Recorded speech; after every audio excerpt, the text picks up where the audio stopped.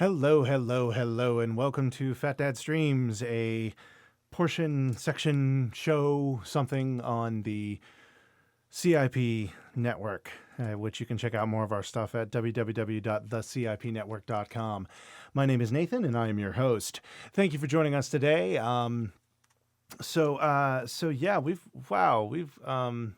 It's been an interesting day, and also do apologize for getting started a little late today. I got a little behind on some things, and had to catch up a little bit. So the main show for the network is Creativity in Progress, which just posted. Check it out on Apple iTunes. I just had to post that episode, and I had to do a little tweaking on it, so which I did there. But today we're going to do another sealed stream, which, sorry, I didn't arrange these the way I should have. For those of you listening on the podcast, I'm going to be opening these packs here. This is a horrible configuration of packs right there. Well, I hope they're amazing. I hope they have wonderful things. And then also, we're also going to open that because, and for those of you listening, I have 6 packs of Throne of Eldraine, and I have a Modern Horizon pack, which is nice and wonderfully placed at the top there. Looks very nice. We got an Urza checking us out. We're going to save that for the end. Also, excuse me. I've been working on being a little bit more,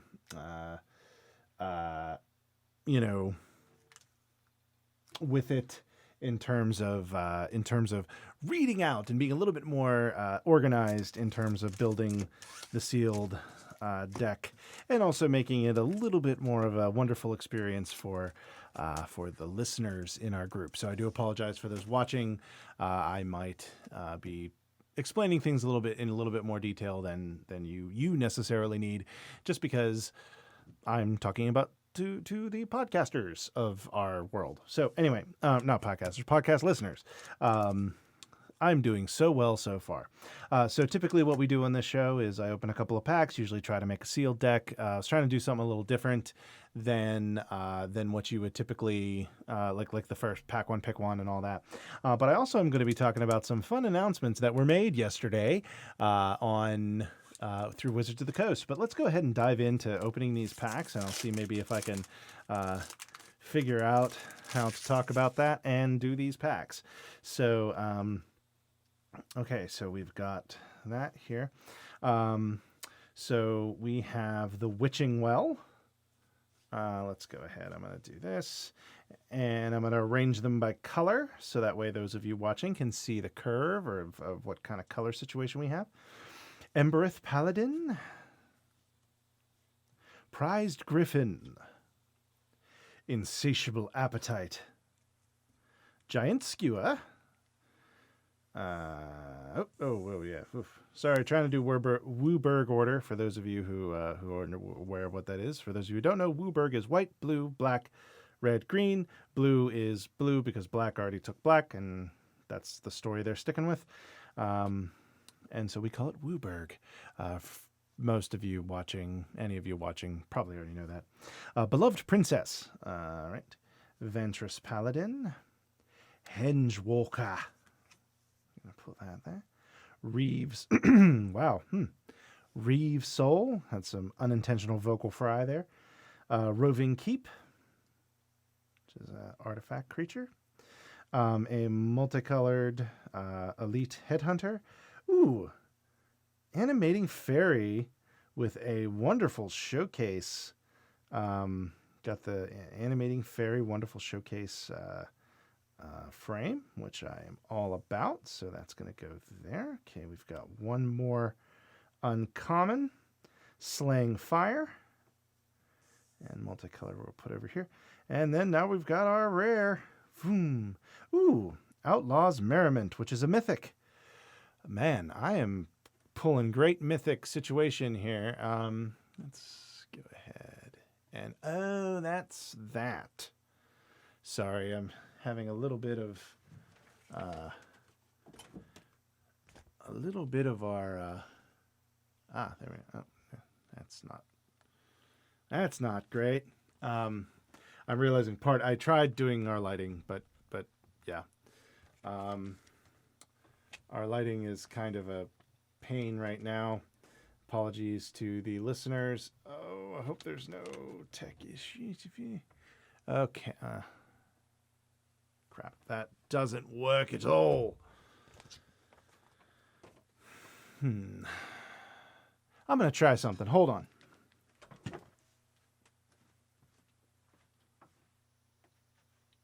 Ooh.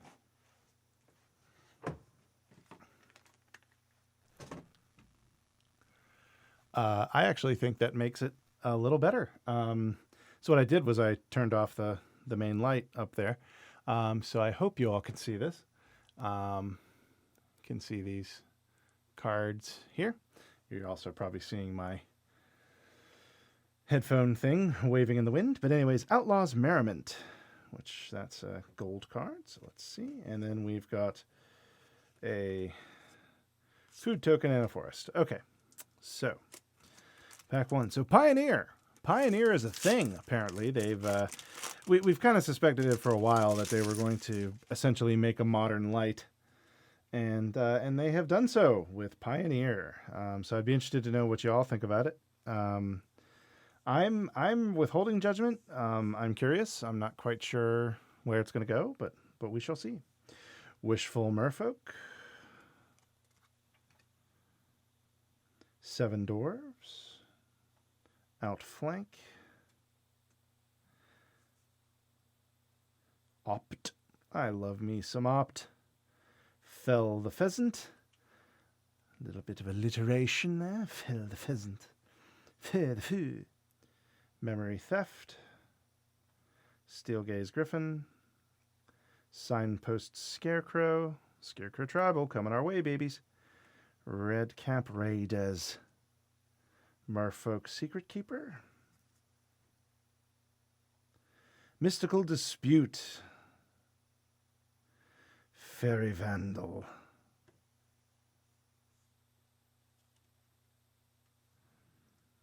Cauldron's Gift, and let's see what do we got. Oh, we got a Murderous Rider. Nice.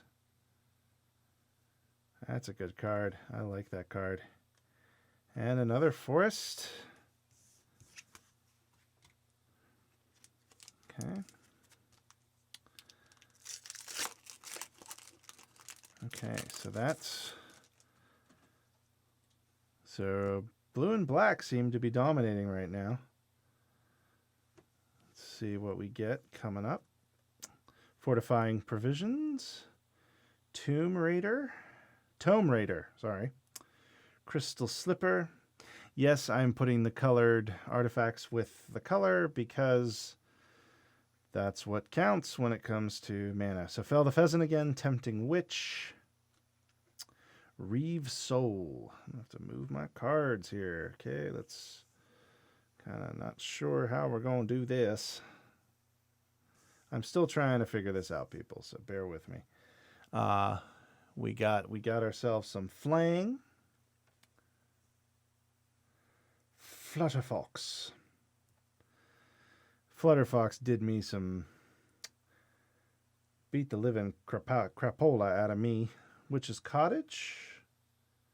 Merryleaf Rider. Embrith Shieldbreaker. Sir Alan the Lion's Claw. Mad Ratta. And, ooh, Linden Steadfast Queen. Got a little bit, See, and this is straight out of the pack. I'm getting some rough ridges right here on the white card here. So that's a little disappointing. And there we go. All right, we got another Crystal Slipper situation. Oh, I need to not do my right hand, or I'm blocking the light. Bartered Cow, and I'm just completely blocking my my uncommon common artifacts. Moonlit Scavenger, Barge Inn, Wolf's Quarry, Smitten Swordmaster, Bacon to a Pie, probably one of the best Limited removal in the format right now. Another Signpost Scarecrow. Unexplained Vision. Knight of the Keep.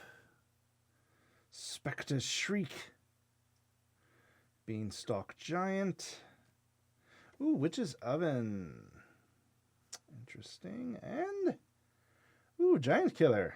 Nice. Very, very nice. Haven't gotten any foils. Last time I got like 3 foils or something. It was at least 2. Got at least 2.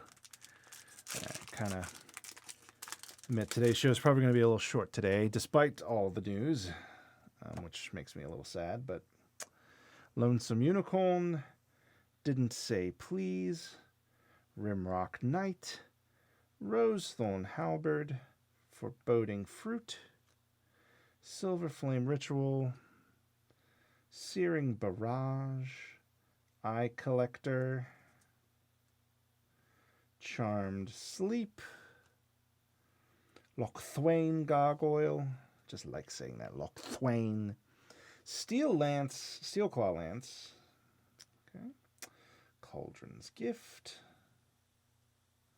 Sir Alan Lyon's Claw, Fave Wishes, not bad. I pulled one in draft the other night. I know it's a fairly cheap card, but you know, hey, I was happy to draft it. All right, so definitely probably going to do blue because we've got a lot of blue going on up in here. Mantle of Tides is our last pack, and then we'll open the Modern Horizons after we build the deck. Raging Redcap, Lonesome Unicorn, Witching Well, Wolf's Quarry, Festive Funeral, Return to Nature, Lost Legion, Ardenvale Tactician, Jousting Dummy, Resolute Rider, Animating Fairy. All right. Big money, no whammies. Got to say it at least once. Happily Ever After. Oh, the irony. And, yep, that's it. Okay. So, for those of you listening and just had to basically read off the cards or heard me reading off cards I got,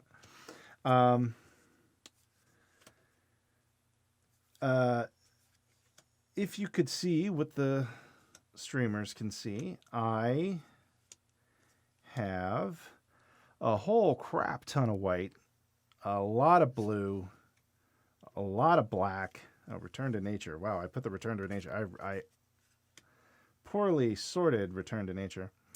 A lot of white, a lot of blue. Excuse me, a lot of blue, a lot of black, a lot of red. Actually, I've got a lot of going on here. Red, actually, I'm gonna check red real quick and see. I'm just gonna quickly go through red.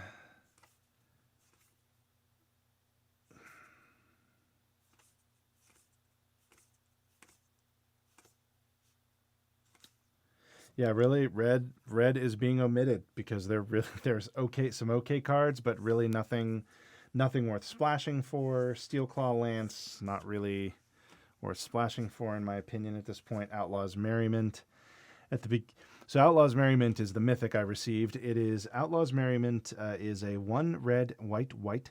It's an enchantment. At the beginning of your upkeep, choose one at random. Create a red and white creature token with those characteristics. Ooh, that's actually a good card, though. But is that good enough to splash for?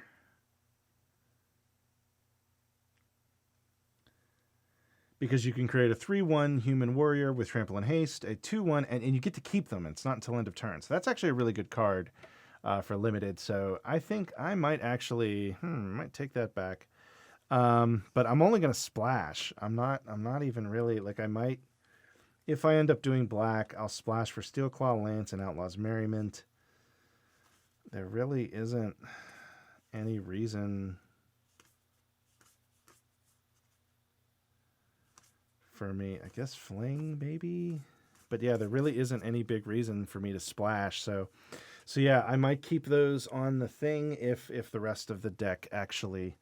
So Outlaw's Merriment, as I said, is an enchantment that makes stuff. Steelclaw Lance is an artifact equipment for a black and a red. Equipped creature gets +2/+2, and you can equip a knight for 1 and anything else for 3. So yeah. The other multicolor that I didn't nuke was Resolute Rider. If I end up doing black-white, then I might keep it, because Resolute Rider is hybrid mana for either a white or a black, white or a black, white or a black. He's a creature, human knight for 4/2. I can pay hybrid white, black. Resolute Rider gains lifelink until end of turn, or I could pay the hybrid white or black, white or black, white or black. For Resolute Rider gains indestructible until end of turn. Excuse me. I did not sneeze on the cards. Yeah, he actually does some work. Like he actually housed me in draft the other day. Okay, so Return to Nature. So I'm looking through my green now. So I've got Return to Nature, Wolf's Quarry, Rose Thorn Halberd, Beanstalk Giant, which is good for mana ramp, but yeah. Wolf's Quarry, Marleaf Rider, Fell the Pheasant. Yeah, I'm actually nuking green too. Green and red going bye-bye because I just don't have enough. That's kind of crazy. Like this pool is insane. For those of you who are just listening, I'm like,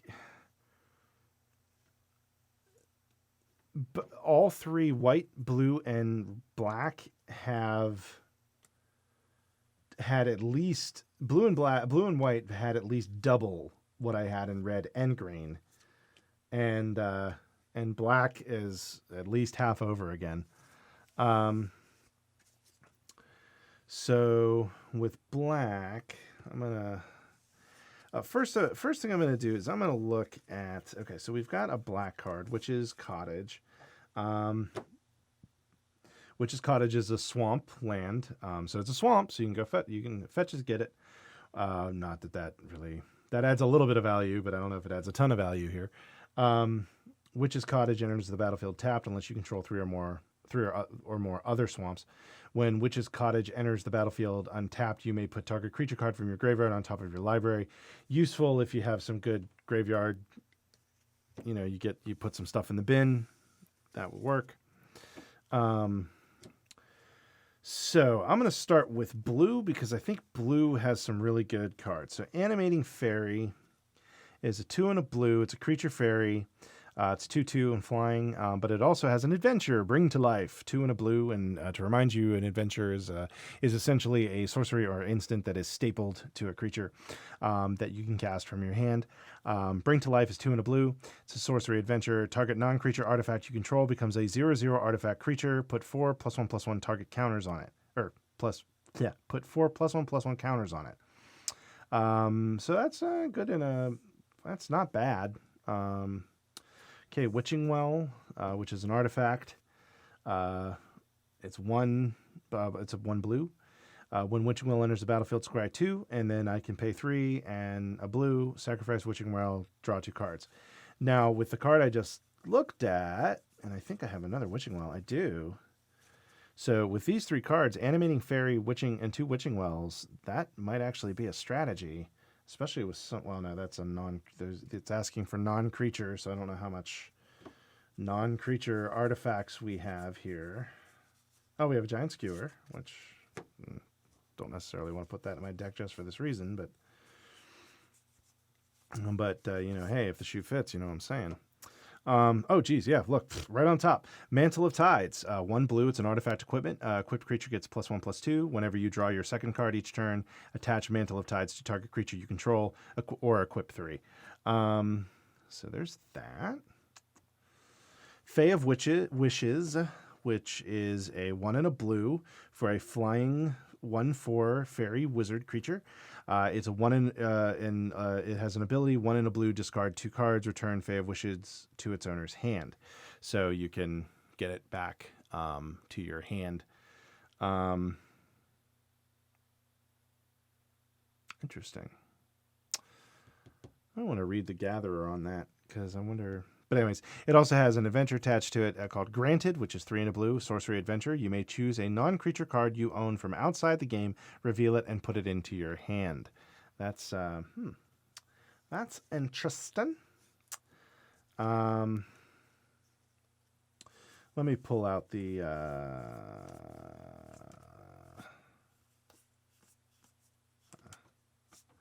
uncommon, the other uncommons here, so that way I have a little bit more focus.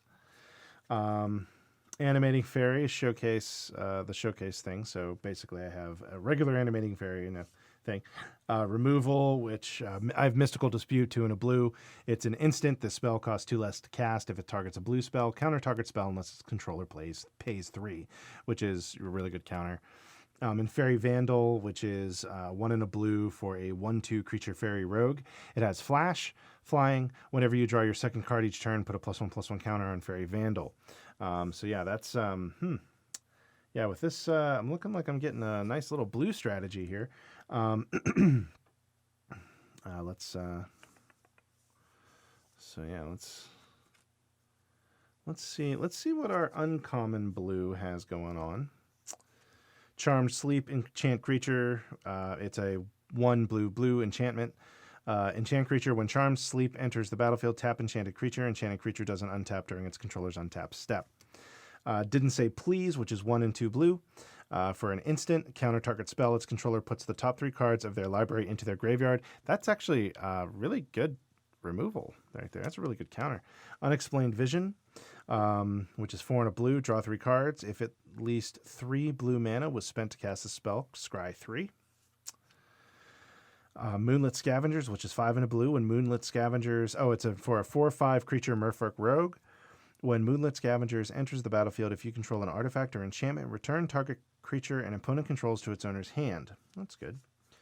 Tome Raider, which is 2 and a blue. Flying. When Tome Raider enters the battlefield, draw a card. There we go. That actually helps some of these. Merfolk Secret Keeper, which is just blue, a 1 blue for a 0/4 creature Merfolk Wizard. Target player puts the it's just vanilla, but it also has an adventure attached to it. So Venture Keeper for 1 blue. Target player puts the top 4 cards of their library into their graveyard. It's not bad. That's right, wrong. Steel Gaze Griffin, 4 and a blue, flying. Whenever you draw 4 and a blue. For a 2/4 creature Griffin, flying. Whenever you draw your second card each turn, Steel Gaze Griffin gets +2/+0 until end of turn. Okay. Opt, which is 1 blue for an instant, scry 1 and then draw a card. Again, that helps some of this. Wishful Merfolk, which is 1 and a blue for a 3/2 creature Merfolk. Defender, if you pay 1 and a blue, Wishful Merfolk loses Defender and becomes a human until end of turn. Interesting. And then Vantress Paladin, which is 3 and a blue for a 2/2 creature human knight. Flying, it has Adamant. If at least 3 blue mana was spent to cast the spell, Vantress Paladin enters the battlefield with a +1/+1 counter on it. So yeah, Well, I definitely want those.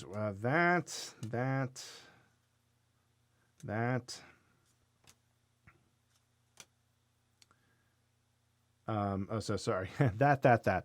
So what I'm doing is I'm making a pile of cards that I'm pretty sure I'm going to include in the deck.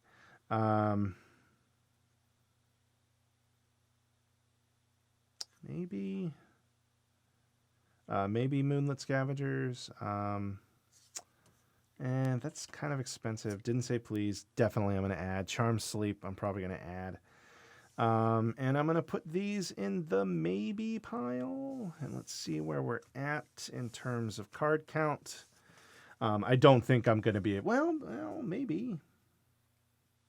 I don't think I'm going to be able to do monocolor, but let's see. 1, 2, 3, 4, 5, 6, 7, 8, 9, 10, 11, 12, 13, 14, 15, 16. Nope, not going to be able to do monocolor, so let's see. Okay, Happily Ever After, I'm almost positive that is going to go away. Happily Ever After is a 2 and a white for an enchantment. When Happily Ever After enters the battlefield, each player gains 5 life and draws a card. At the beginning of your upkeep, if there are 5 colors among the permanents you control, there are 6 or more card types among the permanents you control and or cards in your graveyard, and your life total is greater than or equal to your starting life total, you win the game. That is way too much nonsense to be dealing with in Limited. Okay, so let me pull out the uncommons and the rares. See, okay. See if any of these are, and I'm going to do that for black too, just kind of be a little more expedient here. Do it for black as well. That way I can evaluate both at the same time. A bake into a pie is thought of that or that, but I do want to include it. Okay. So, starting with white. Sir Alan the Lion's Claw, 4/3 and a white. He's a legendary creature, human knight, 4/4. He has first strike whenever Sir Alan the Lion's Claw attacks. Other creatures you control get +1/+1 until end of turn. That's actually quite nice, and that would be a nice boost. Linden the Steadfast Queen, for white. Legendary creature, human noble, vigilance. Whenever a white creature you control attacks, you gain 1 life, 3/3. I forgot to mention she's a 3/3. I'm actually going to automatically nuke her because she is 3 white, and I'm dealing with 2 colors here, and the most I can do is 2. Giant Killer, which is 1 white for a 1/2 creature, human peasant, with 1 and a white ability, and tap target creature. He also has an adventure instant attached to him. Chop down, 2 and a white, destroy target creature with power 4 or greater. Yeah, that's actually kind of nice. Another Sir Alan, so that's nice. Get 2 of those.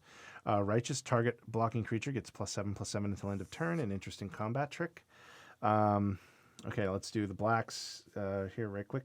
Cauldron's Gift is a 4 and a black for a sorcery that has adamant. If at least 3 black mana was spent to cast this spell, put the top 4 cards of your library into your graveyard.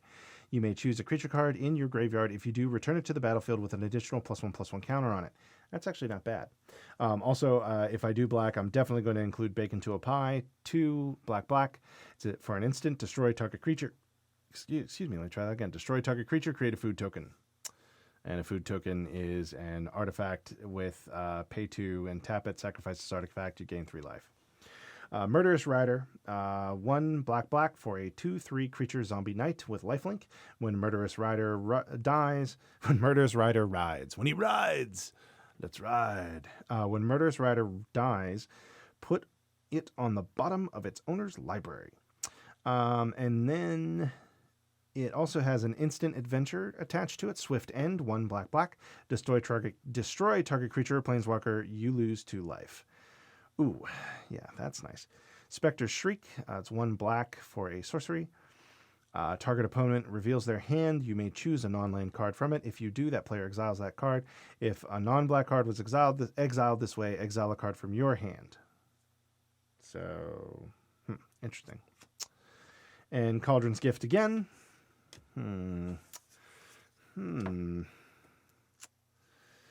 Okay, so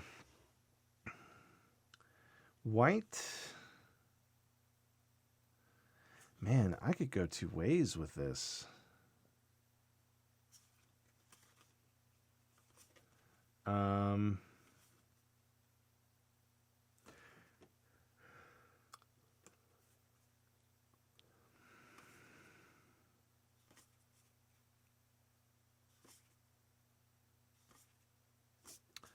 Wow. Yeah, I could really go either way. Because I could go with white and focus on a little bit of flying. Man. Huh. I kind of think I want to... kind of want to do 3 color, to be honest, but I know that's not exactly good in this format.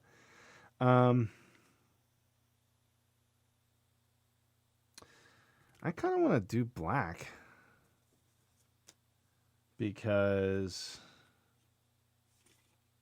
yeah, I think I would go blue-black I think that's what I would do, is I would do blue-black in this pool. I think that's how I'd do it. And that's pretty much how far I'm going to go. Let me know if you want me to go even further of actually building the deck full on. And getting to that point. I'm just doing color selection right now. Part of that is because of my time constraint. I'm a little constrained for time. But before we get into this pack, I did want to talk about Pioneer. For those of you who aren't aware, Wizards of the Coast yesterday announced Pioneer, which is essentially the new format that is the postmodern format. It essentially... you know how modern starts with 8th edition forward.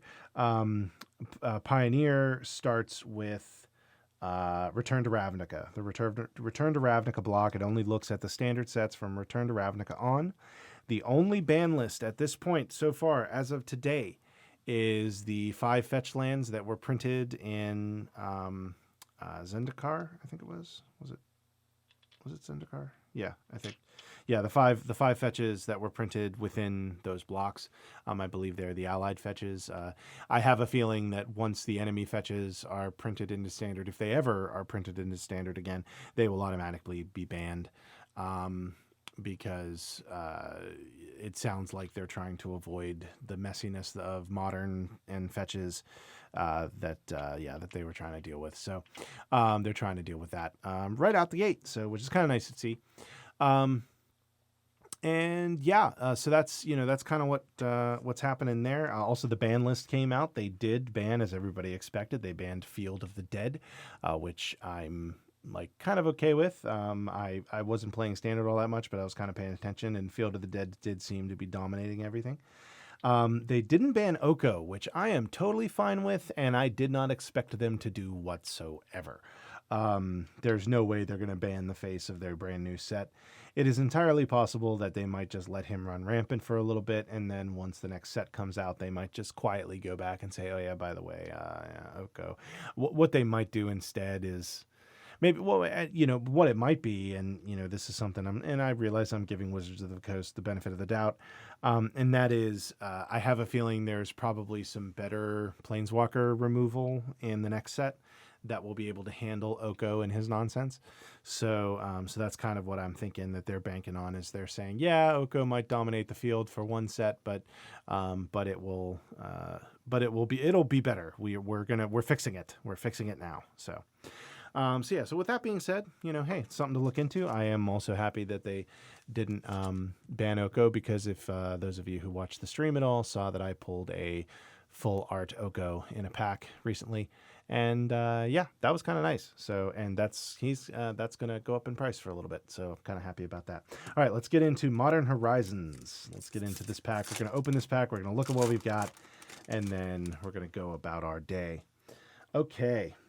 Look at that. Oh, look at this. This is that was the other thing they banned. I forgot to mention that. They banned Arkham's Astrolabe, which everybody thought that Ephemerate should be banned instead. I do think it was right that they did the Astrolabe, because I think that was a better choice, because Ephemerate, now that the enabling it kind of, I don't want to say it neuters Ephemerate, but it does make it that it's not going to be as prolific, where it was, one of the diversity pieces of Pauper is the fact that, single, double colored decks were quite common, and then Astrolabe came in and just nuked all that. So anyway, okay, so Ephemerate, Bogarden Dragonheart. And I'll actually read what it does. Oh, actually, no. No, I won't, because that's a lot of words, and we'll see. I'll read the good ones. Phantasmal Forum. Water-Eye Witch. Mother Bear. Fountain of Ichor. Orcish Hellraiser.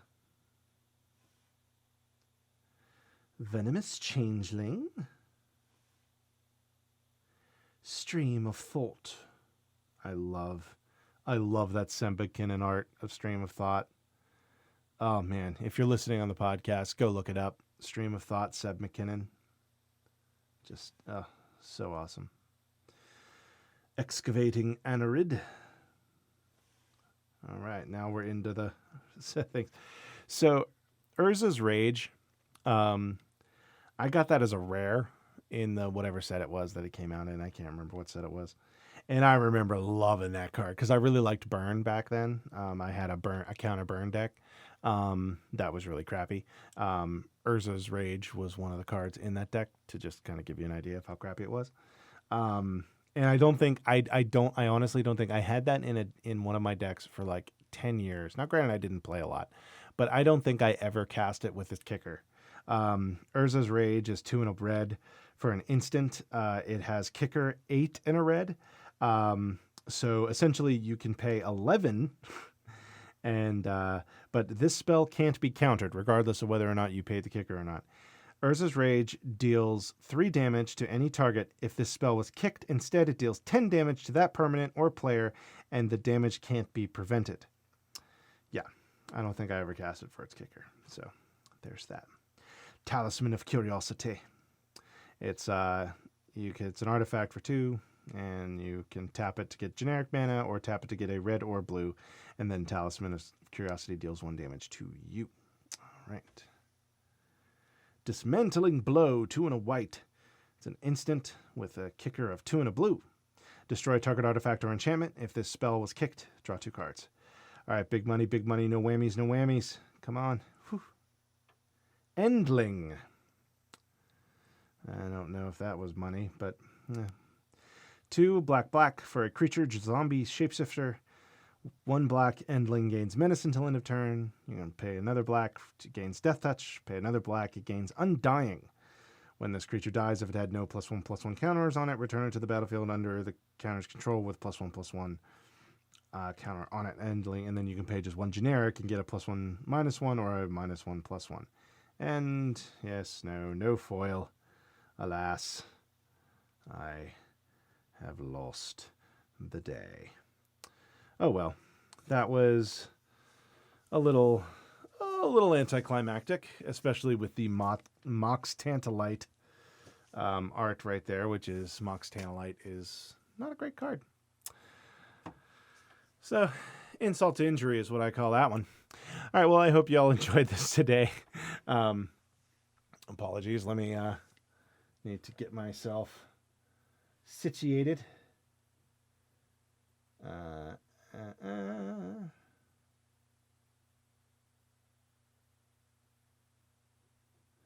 All right. Okay, getting all situated. Apologies for that. Today is brought to you by Printful.com. If you have a design you have made and want it on a shirt, a hat, a sticker, a beach towel, you can go to Printful.com/a/CIP network and can make that happen. You can make just a few for yourself or your friends, or you can set up a store and make a ton. So check out Printful.com/a/CIP network and get started. We also are brought to you today by listeners and viewers like you. We have tons of ways to support the show. You can check out Patreon.com/Creativity in Progress Podcast. You can also check out thecipnetwork.com/support. We have new rewards in the tiers at Patreon, and we're going to add those to the support page as well.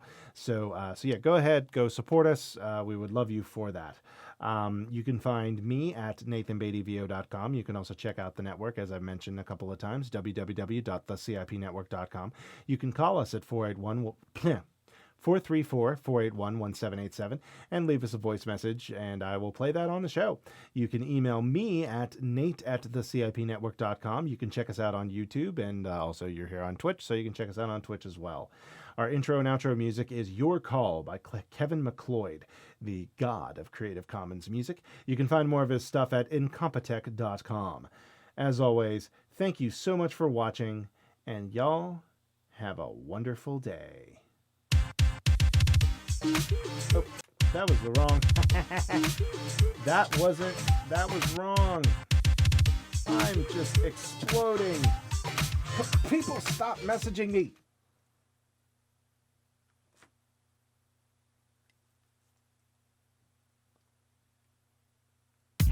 There we go. A little bit of behind the scenes craziness.